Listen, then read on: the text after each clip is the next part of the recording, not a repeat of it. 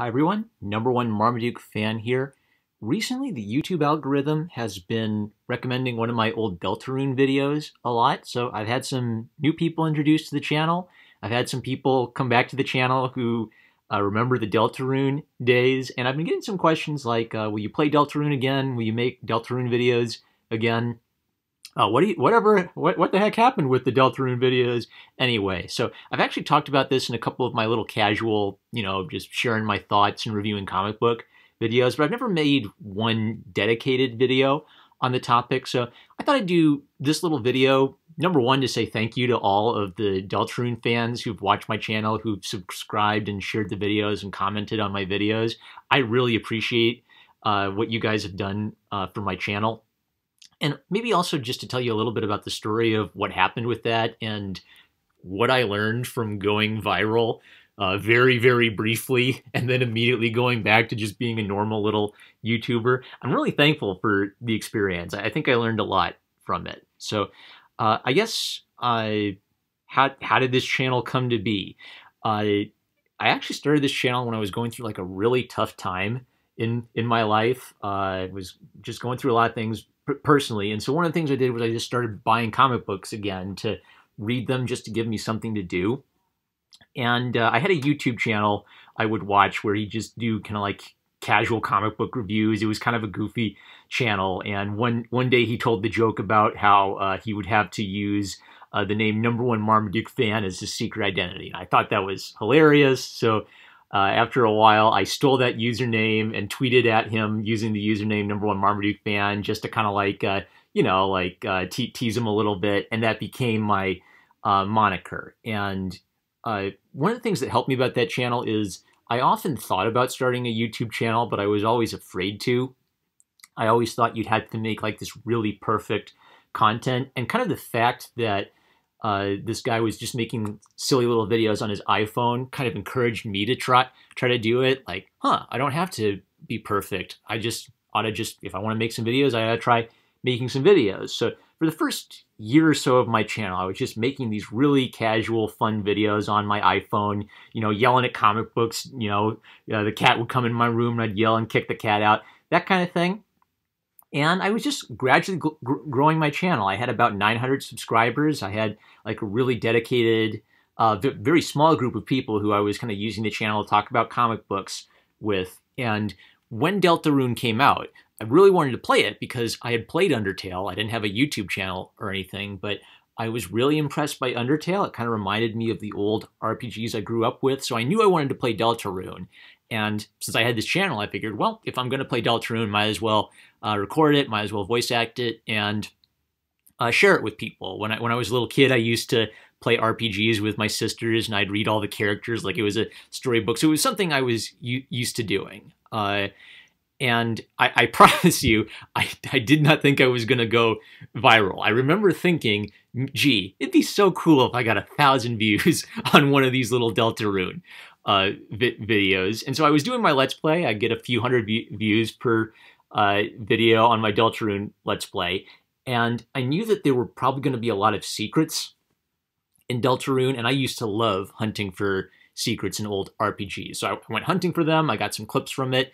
And I put them out there because I figured, there are going to be Deltarune fans who are going to want to find out about this stuff. And the classic story that a lot of YouTubers have is they just didn't expect how viral it would go. Like, I just couldn't believe it, how much it exploded, how much feedback and comments I was getting on those videos. And eventually, I kind of ran out of content. Like, I explored every nook and cranny of that game. I don't think there's a single line of dialogue in that game I haven't read or found.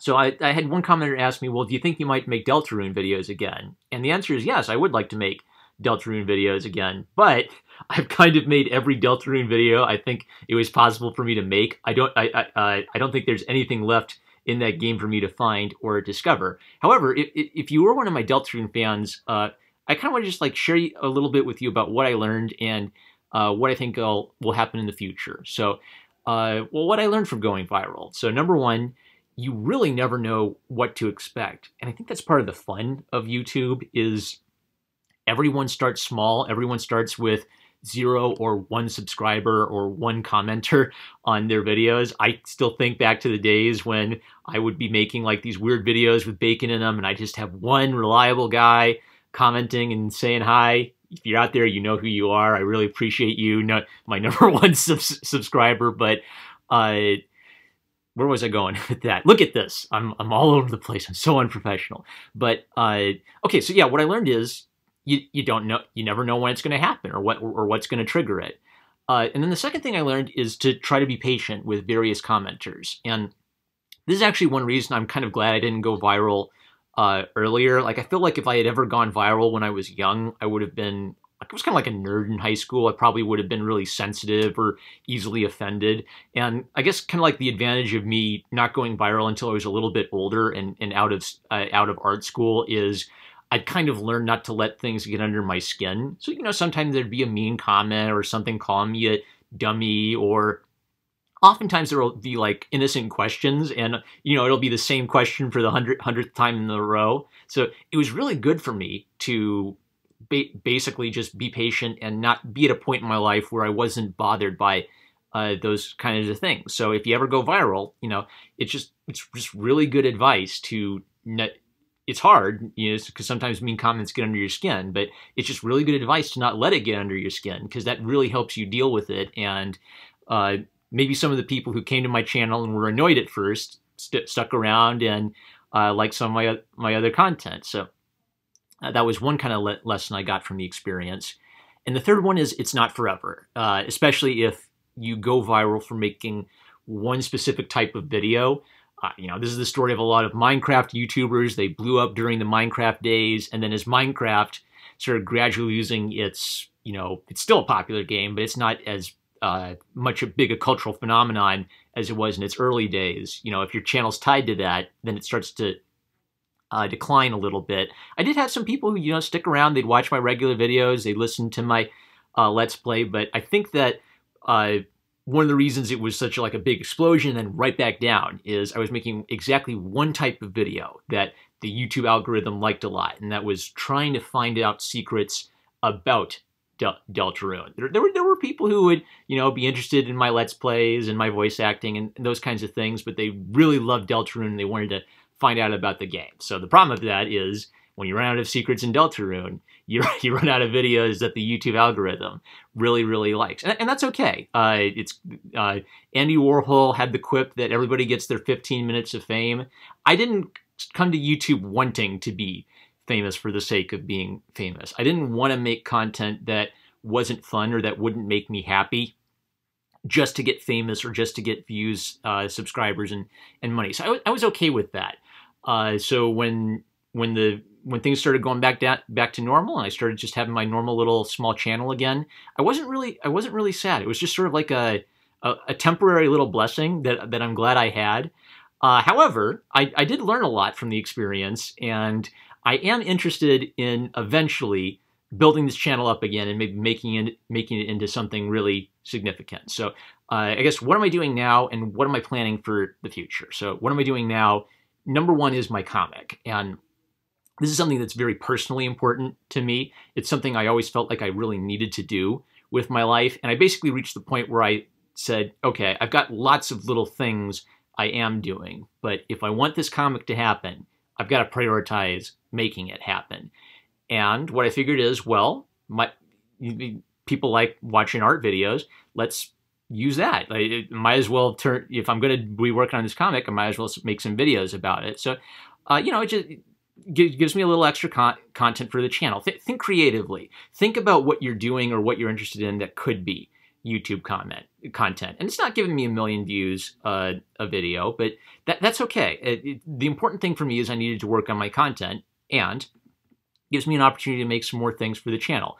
I think that's a good mentality to have for YouTube, is to think about it like an entrepreneur, thinking about could somebody be interested in it, even if it's a small number of people, even if a very small number of people are interested in it.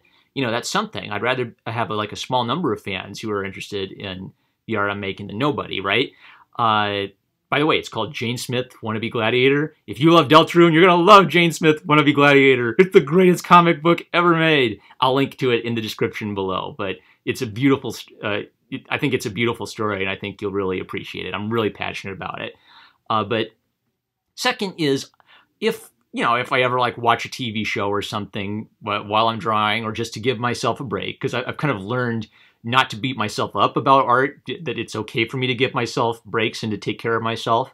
I think creatively. I think, is there a meme in this TV show? Is there something funny I could joke about this TV show? So I do little memes and little experimental videos. I usually put those out on Saturdays.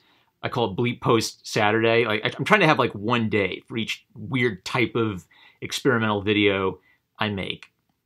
And then third, I'm still doing comic book reviews. I love the comic book medium. I'm still doing it on an iPhone in a really goofy format. Like, I've sometimes wondered about that. Should I try to throw away the iPhone and go to a more tightly edited format? And basically what I've decided is I kind of like the opportunity to just let my thoughts flow while I've got the iPhone in my hand and it's waving around. So I know that not everybody likes that, and that's kind of okay. There's a subgroup of people who don't mind the iPhone reviews, and it's mostly for them. Something I've decided to do is, if I finish an iPhone review series, what I think I'm going to do in the future is I'm going to come back to that series after kind of letting it stew for a little bit, maybe clean up my thoughts, and then do a nicely edited review on the same series like a year later, but when I revisit it. That way, there'll be kind of like a best of both worlds, like people who don't like the iPhone reviews but do like nice, tightly edited reviews. I'll do the nice, tightly edited reviews for them. People who don't mind like the goofy iPhone stuff, and maybe they like, me yelling at my cat to get out of my room, that kind of stuff. I'll have like the casual iPhone reviews for them, kind of as a way of just sort of like sharing my initial thoughts before I get it all together and edit it nice.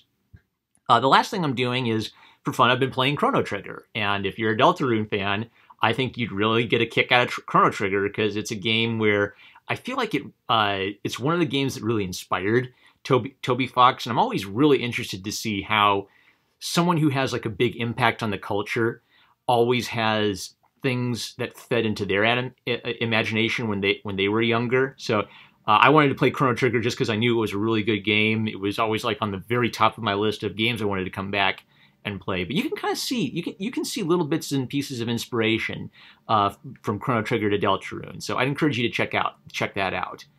What am I playing for the future? Well, number one, I'm going to finish my comic. I'm putting that on the front burner, and I'm really looking forward to it. The end is in sight. I can see it. I can see it on the horizon. I am planning to make more Deltarune videos, but I really want to wait until the full game comes out, because I just feel like there's not much left there for me to find that I haven't found already in an earlier video. Maybe if there's some kind of way of making memes or I don't know, animations or something fun about Deltarune, comic dubs. I don't know, I'd be open to that, but I'm kind of waiting for the full game to come out before I make more Deltarune content. In the meantime, I've thought I will just keep playing games, find other classic games from the past to try, maybe try to find some other indie games from the past to try. That's a lower priority than my comic, but if you have like some games you're really passionate about, I'm always open to hear it, and I'm willing to give anything a shot. I also kind of like the art and design aspect of video games, so that to me is a big appeal too. It's really the first time I've been playing video games seriously since I was a child. So it's nice. It's relaxing. It's a fun hobby. So I'm glad to be doing that again. I also think I'll be doing occasionally serious reviews as I have time. And by a serious review, I mean I'm not just pulling out my iPhone and just throwing out my thoughts there real quick, but actually like sitting down and writing it out. I've got one that's scheduled to come out in a few weeks on one of the Zelda manga, and I think I might do more like that. But that's definitely going to be like a back burner thing. Like, hey, I got my comic page done. I want to do something fun as kind of like to reward myself for making progress as my comic. Let's do a review. Why not? But that, if you really like in-depth reviews on interesting, unusual comics that you might like but have never heard of or read, stick around, because I think I might have some really great content for you. So I've kind of joked before that on this channel I have two kinds of subscribers. I have subscribers who say, hey, you're the Deltarune guy, and I have subscribers who say, what's Deltarune? I just want you guys to know I love you all. I really appreciate you subscribing to this channel, commenting on my videos, sharing your thoughts. I appreciate your support. making this channel has been a really helpful thing for me. I'm glad I've made it. I'm glad I've had an opportunity to talk to indie comic content creators. Making my comic is my priority right now, but I do promise you that there's going to be lots more content coming to this channel as I have time to make it, and I'm just thankful for all of you guys. So the answer to are you going to make Deltarune videos is not right now, but just wait and see. And in the meantime, I hope you find something you enjoy in this channel. So thank you, Deltarune fans. Thank you, comic book fans who had no idea what a Deltarune is. I love you all, and I'll catch you later.